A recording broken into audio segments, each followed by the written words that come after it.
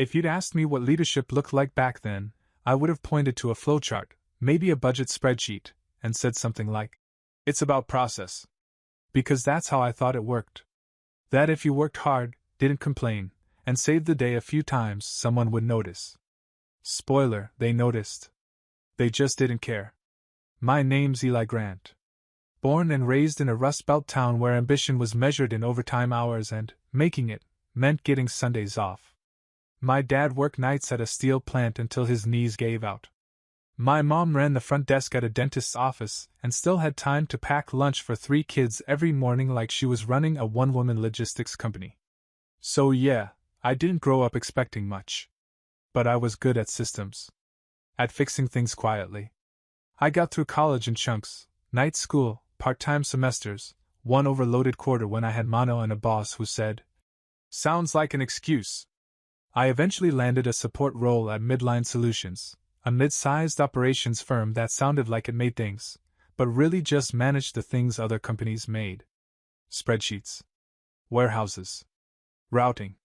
My jam. At first, it was basic data cleanup. Inventory management. Vendor coordination. But I stuck with it. When someone called out sick, I covered. When a file went missing, I found it.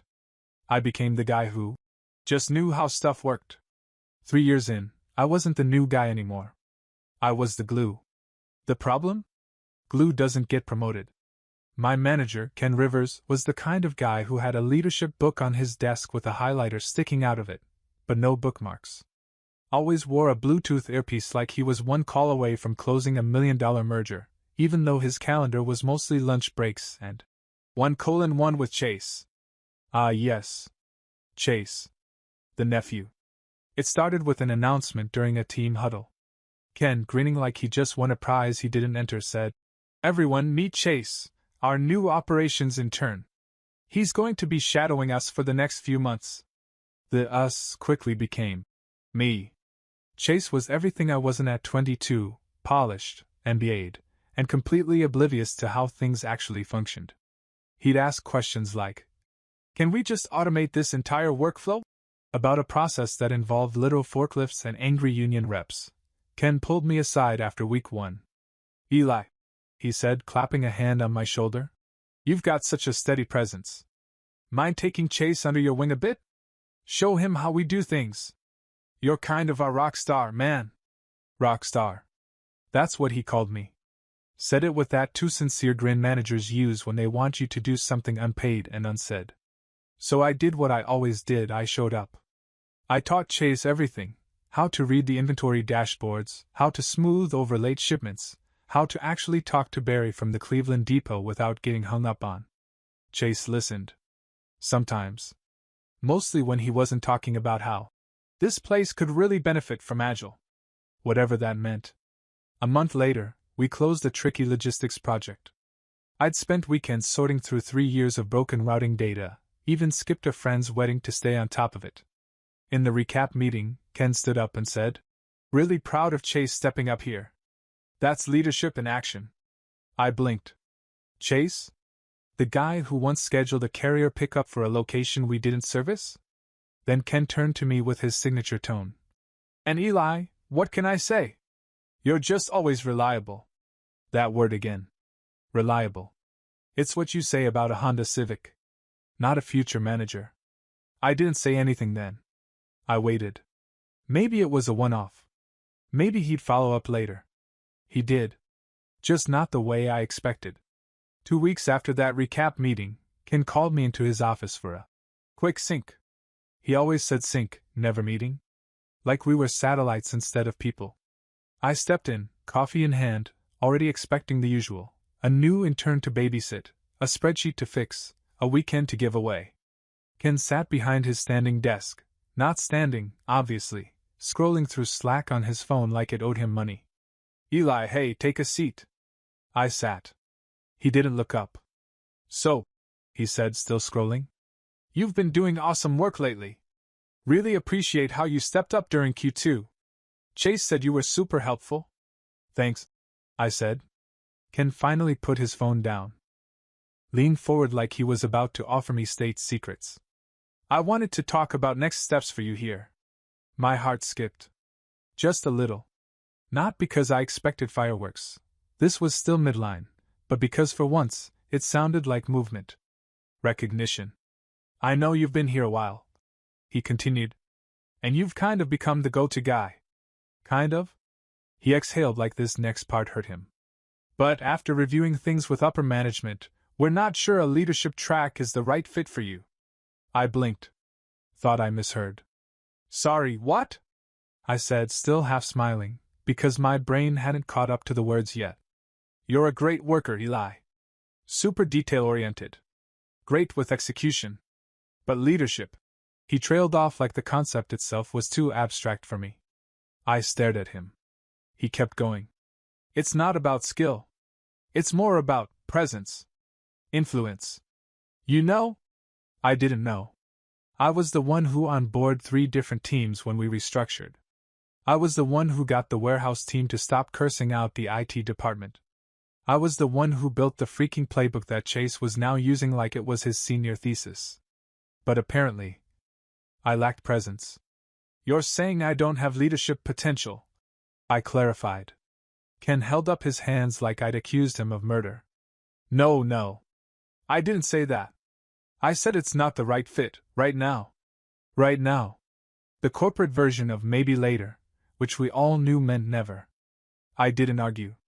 I didn't throw a fit or ask for examples. I didn't even bring up Chase, the guy who once thought LTL was a texting acronym. I just nodded. Got it, I said. Ken relaxed. You're a rock star, Eli. Seriously. We couldn't function without you. That line? Couldn't function without me. But couldn't promote me either. I stood up. Thanks for the clarity. He smiled. Thought he nailed it. Appreciate you, man. I walked out of his office, closed the door gently, and didn't speak to anyone the rest of the day. Instead, I opened a blank notepad file and typed 2 words. I'm done. That night, I updated my resume. No frills. Just the truth. The next morning, I sent in my 2 weeks. Ken called me, reactionary, in the exit interview. Told HR that I wasn't open to feedback. He offered me a retention bonus, one I declined without hesitation. Because if I'd stayed, I wouldn't just be stuck. I'd be complicit. So I left. No LinkedIn post. No drama. Just one quiet breath. And the sound of a door closing behind me for good. Quitting didn't feel heroic. It felt like nausea in my throat and an ice pack on my confidence. I didn't have a 6-month cushion, or a startup idea scribbled on napkins, or an exit plan involving passive income and a podcast about breaking free from the grind. I had $4,200 in savings, a half-dead laptop, and a resume that said Excel Wizard, in a font I didn't even like. I tried sleeping in that first week. My body didn't know how. So I started freelancing, badly. Took gigs no one wanted, warehouse audits in abandoned strip malls, optimizing shipping schedules for a company that shipped mannequins. I wish I were kidding. I had to remind myself I wasn't starting over. I was starting forward. Just at the slowest damn crawl imaginable. I worked from diners. From my car. From coffee shops with chairs designed to punish people who lingered. I'd bill 12-hour days for 6 hours of actual work and spend the rest of the time emailing people who wouldn't respond. But here's the thing about being overlooked for so long. You get real good at noticing stuff no one else does. Like when a vendor's invoice system double bills their own clients. Or when the entire back end of a regional distributor is being held together by one spreadsheet called final_v3_copy_actual_final. XLS. I started making little fixes. Not because I was paid to. Because I couldn't help it. Then one Tuesday afternoon, just after I'd wrapped up a call with a construction supplier who still used fax machines, I got a call. Unknown number. Normally I'd let it go to voicemail, but something in me picked up. Hi, is this Eli Grant? Depends, I said. Are you a real person or trying to sell me solar panels? A chuckle on the other end. Real. Human. This is Rachel Nunez, Director of Ops for Creighton Partners. Your name came up during a vendor audit. Apparently you helped rewire their whole logistics flow without even being on payroll? Oh. That project. I'd done it for a family friend. She'd paid me in 4 checks and a homemade lasagna. Well, I said, they were using manual counts and prayer. I just offered a few suggestions. Rachel laughed. We'd like to bring you in on contract. We've got 3 warehouses bleeding money and no idea why. That's how it started. Not with a breakthrough. With a backdoor. I didn't walk into Creighton like a conquering hero. I showed up in a button-up that didn't quite fit, sat in a room full of execs, and nervously pitched a basic audit plan using a borrowed laptop and a spreadsheet template I downloaded off Reddit. But I listened. I learned their pain points. And I solved the smallest problem first, their inbound routing errors, faster than anyone expected. So they gave me another project. Then another. Within 6 months, I wasn't a contractor anymore. I was on salary. With a team. My own login. And a title, Senior Process Analyst, which sounded like gibberish, but it came with decision-making power and a parking pass, so I wasn't complaining. The job didn't make me rich. But it made me real.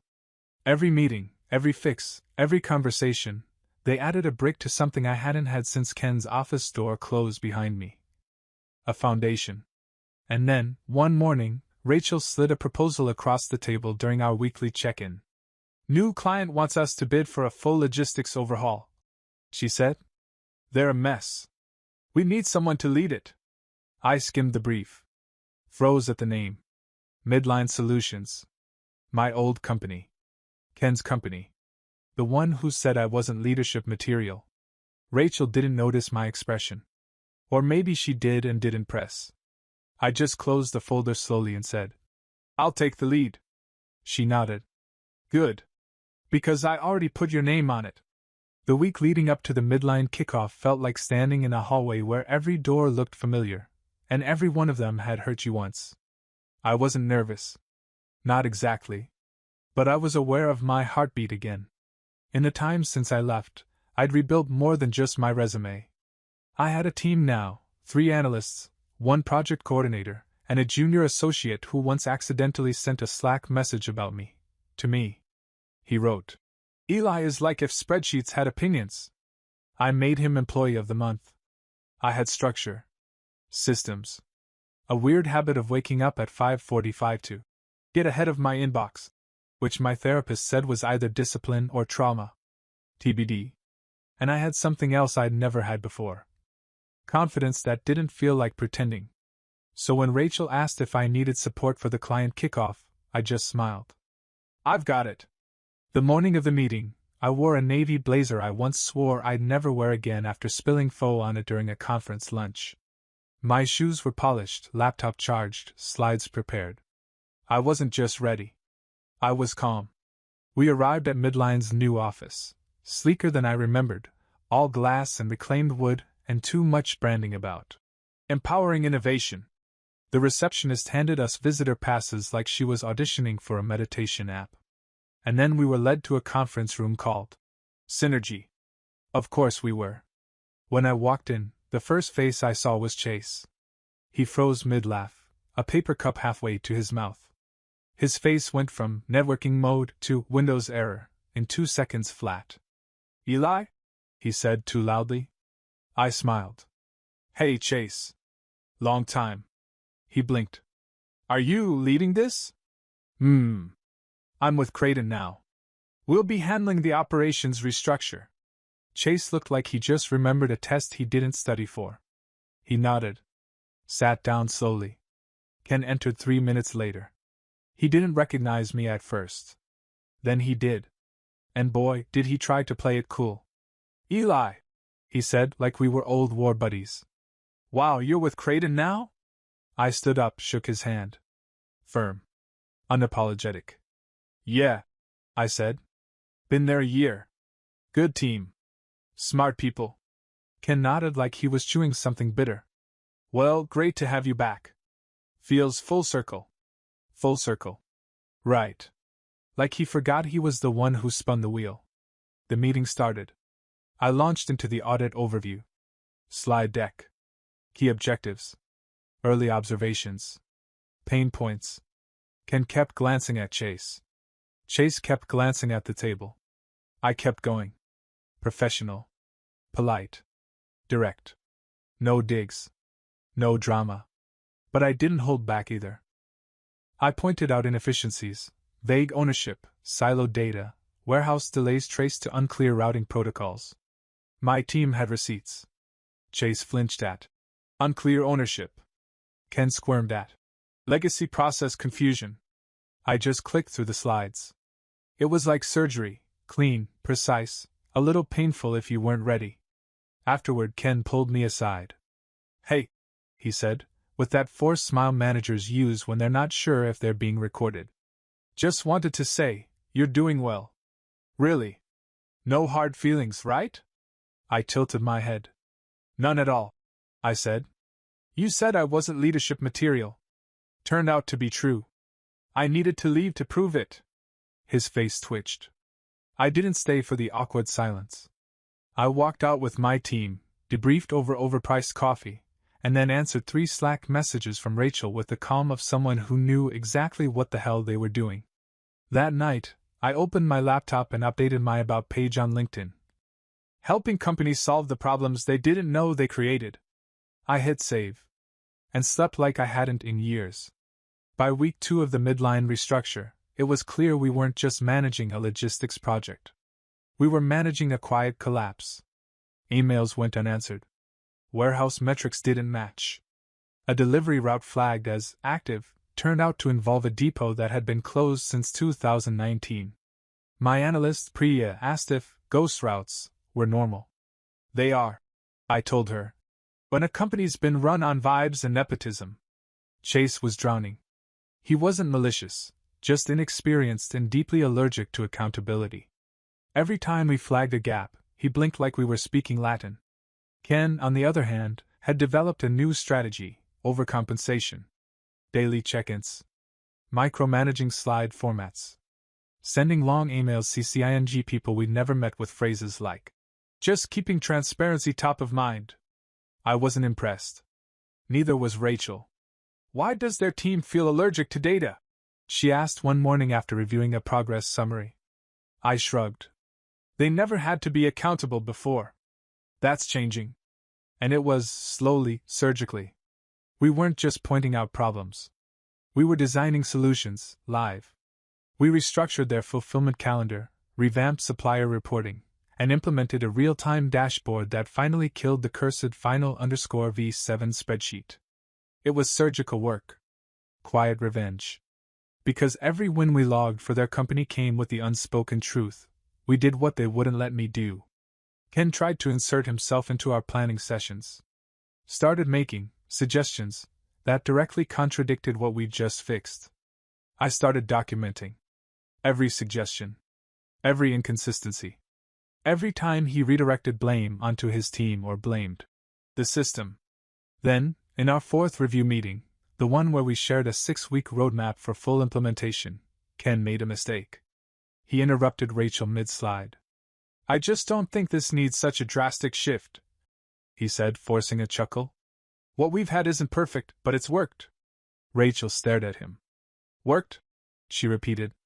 Ken, you've lost 2 major contracts in the past year due to fulfillment delays. Ken's smile thinned. Well, the market's been chaotic. Rachel cut him off. And your staff turnover's doubled since last quarter. Eli's team identified 6 separate process failures just in the last 2 weeks. I stayed quiet. I didn't need to speak. Rachel already knew the truth, and she wasn't afraid to say it. After the meeting, Chase caught me by the elevators. Hey, he said awkwardly, holding a can of something oat-based. Just wanted to say, you're killing it. Thanks, I said. He hesitated. Listen, I didn't mean to take credit before. Back when I was an intern. That was all Ken.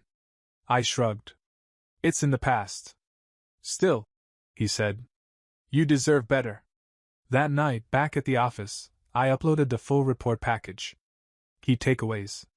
Root causes. Process breakdowns. I CC'd Midline's VP of Operations. The email was polite. Neutral. Just data. But the subject line? Recommendations for Sustainable Operations, authored by Creighton, Lead E. Grant. I hit send. Then I closed my laptop, microwaved some leftover chili, and watched an old episode of Top Chef where a contestant forgot salt and still won. Anything was possible. The email arrived on a Thursday at 8:42 a.m. I was on my second coffee, trying to coax a broken pivot table back to life like it was a moody toddler refusing breakfast. Slack pinged. It was Rachel. Rachel. Check your inbox. Big news. Rachel. And maybe stand up before you read it. I clicked over. Subject: Staff Transition Notice. From Midline VP of Operations. To Eli Grant, Rachel Nunez. Date: 8:42 a.m. Effective immediately, Kenneth Rivers is no longer with Midline Solutions. Please direct all project communications to Interim Ops Lead Carla DeWitt. We appreciate your continued partnership and support during this time of transition. Just like that. No long goodbye. No. Moving on to pursue new opportunities. Not even a. We thank him for his contributions, which, in corporate speak, is usually the equivalent of a participation trophy. Just Ken is gone.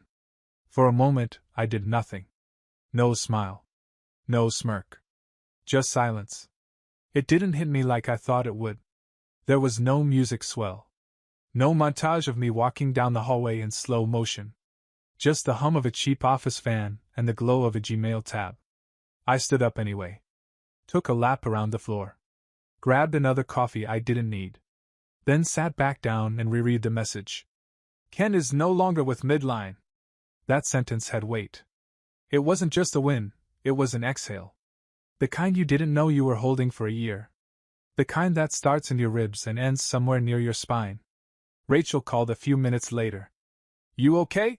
She asked, voice casual but with that sharp undercurrent she used when something really mattered. I think so, I said. That sounded like the voice of a man sitting in a quiet room wondering if he's a villain now. More like a guy who finally watched the other shoe fall. She laughed. Well, I hope it hit him on the way down. We chatted a bit. Next steps, updated contacts, our client success goals moving forward, all the boring post-mutiny cleanup. But just before she hung up, she said something that caught me off guard. You know, Eli. I've worked with guys who had leadership in their email signature and couldn't manage a vending machine. You never needed the title. You just earned the respect. That one stuck. I sat with it. Let it echo a bit. That afternoon, I had to lead a workshop for a new client across town. As I packed up my laptop, a Slack came in from my analyst, Priya. Priya, is it weird that I kinda feel proud of you like you're a victorious underdog in a sports movie? Me. Do I get a training montage or just a dramatic locker room speech? Priya. You already gave that. It was called the Midline Audit Report. I laughed harder than I should have. That night, I pulled out the dusty resume file from my just in case folder.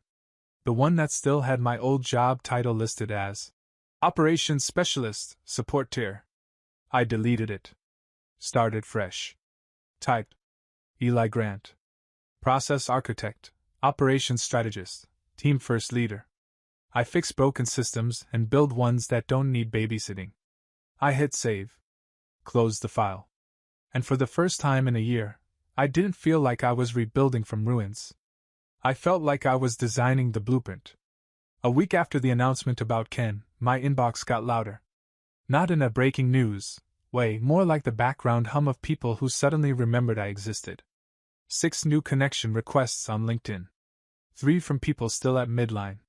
1 from someone I hadn't spoken to since I was their emergency lunch break coverage guy 5 years ago. Then came the message from Chase. Chase Rivers. Hey Eli. Just wanted to say congrats. Sounds like things are going really well for you. Didn't get a chance to say it earlier, but thanks for everything.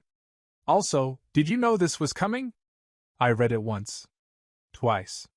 There was something about the tone, like he wasn't sure if I was the kind of person who plotted revenge, or the kind who just moved on without looking back. I typed back.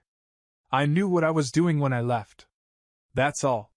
He liked it with the awkward thumbs up emoji. then unmatched 10 minutes later. Fair enough. I wasn't angry. Honestly, I wasn't anything. Not anymore.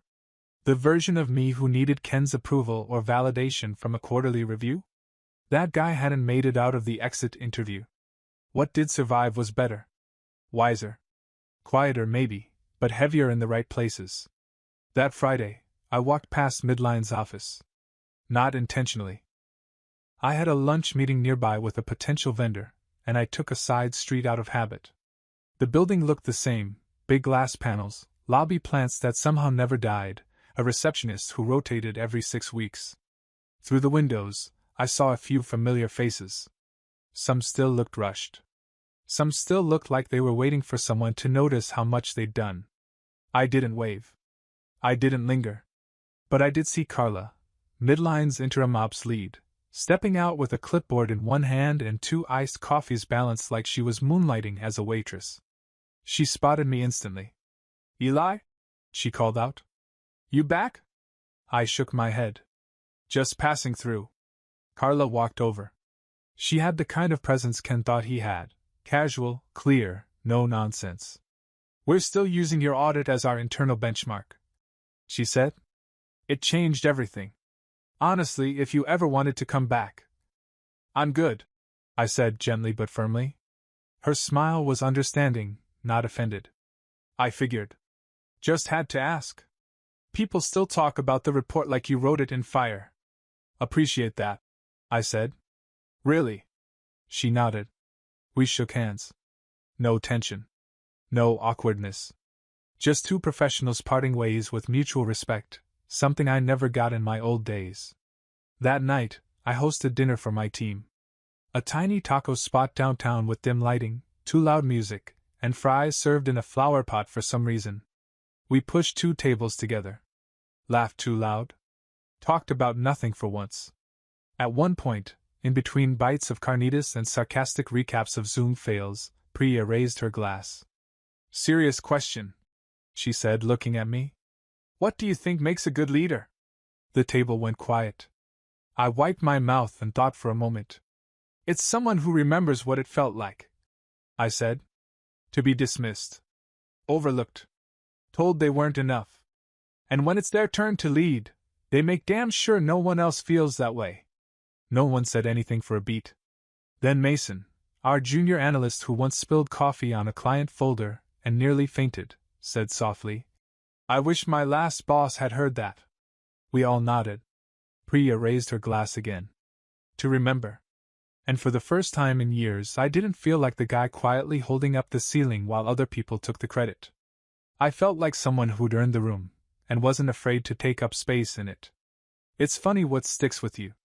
A year ago, I would have sworn the thing I'd never forget was Ken's face when he told me I wasn't leadership material. That patronizing, practiced smirk. The kind of expression that says, "Stay in your lane, and maybe I'll let you merge someday." But that's not what stayed.